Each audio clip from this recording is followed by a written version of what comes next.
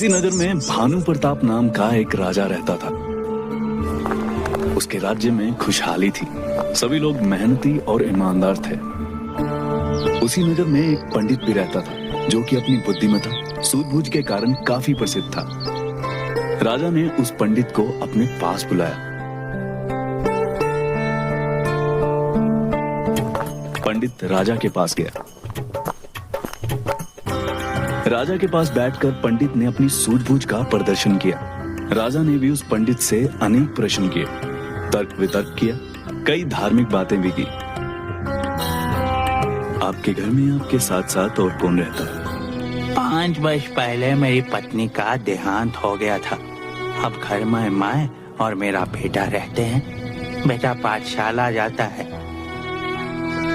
राजा पंडित से बहुत खुश हुआ और उसे बहुत सारे उपहार देकर विदा किया। राजा के अनेक सैनिक और मंत्री अपने अपने विभाग में काम करते थे। उन्हीं सैनिकों में से 2-3 सैनिक ऐसे भी थे जो लोगों को परेशान किया करते थे। एक दिन की बात है कि पंडित का बेटा पाठशाला की तरफ जा रहा होता है। वो सैनिक पंडित के बेटे को देखकर, अरे देखो, बुद्धिमान पंडित का बेटा आ रहा है। जरा देखें कि बेटा बाप की तरह बुद्धिमान है भी या नहीं। आओ आओ। क्या जरा रुको बरखोदार, इतनी भी क्या जल्दी है? अरे हटो मेरे रास्ते से, जाने दो, पाठशाला के लिए देरी हो रही है। जाने देंगे, चले जाना अपनी पाठशाला। बस हमारे कुछ सवालों के उत्तर दे दो, फिर चले जाना।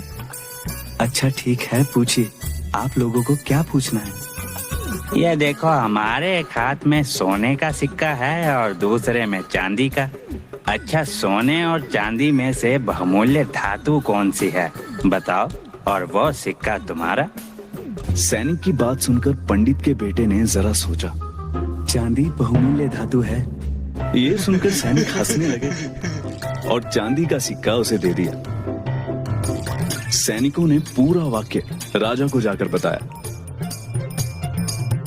तुम उस पंडित के बेटे को बार बार पूछते रहो कि सोने और चांदी में कौन सी धातु बहुमूल्य है। सैनिक हर रोज पंडित के बेटे को पाठशाला जाते हुए वही सवाल करते कि बताओ, सोना या चांदी में से बहुमूल्य धातु कौन सी है। पंडित का बेटा हर बार चांदी को बहुमूल्य बताकर सिक्का ले जाता था। इस बात को कई महीने बीत गए।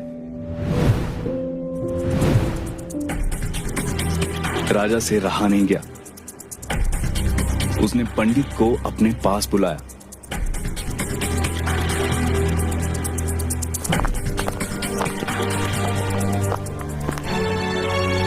वो सारा वृत्तांत बताया।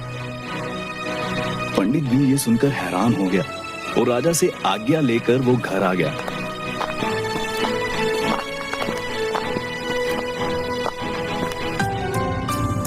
घर पर बेटा पढ़ाई कर रहा था। बेटा, अगर मैं तुमसे ये कहूँ कि सोने और चांदी में से अधिक मूल्यवान सोना है या चांदी, तो तुम किसे कहोगे? पिताजी, सोना चांदी से अधिक मूल्यवान है। तो बेटा, राजा के सैनिकों ने तुमसे कई बार पूछा, तब तुमने उनको चांदी को मूल्यवान क्यों कहा? पिता के प्रश्नों का उत्तर देते हुए उसने कहा, हाँ पिताजी, वो सैनिक रोज मुझे तंग किया करते थे और एक ही प्रश्न मुझसे बार बार करते थे। मैं चांदी को मूल्यवान बताता था, जिससे वो मुझे चांदी का सिक्का दे देते थे। अगर मैं सोने के सिक्के को मूल्यवान बताता तो वो अगली बार मुझे सोने का सिक्का नहीं देते।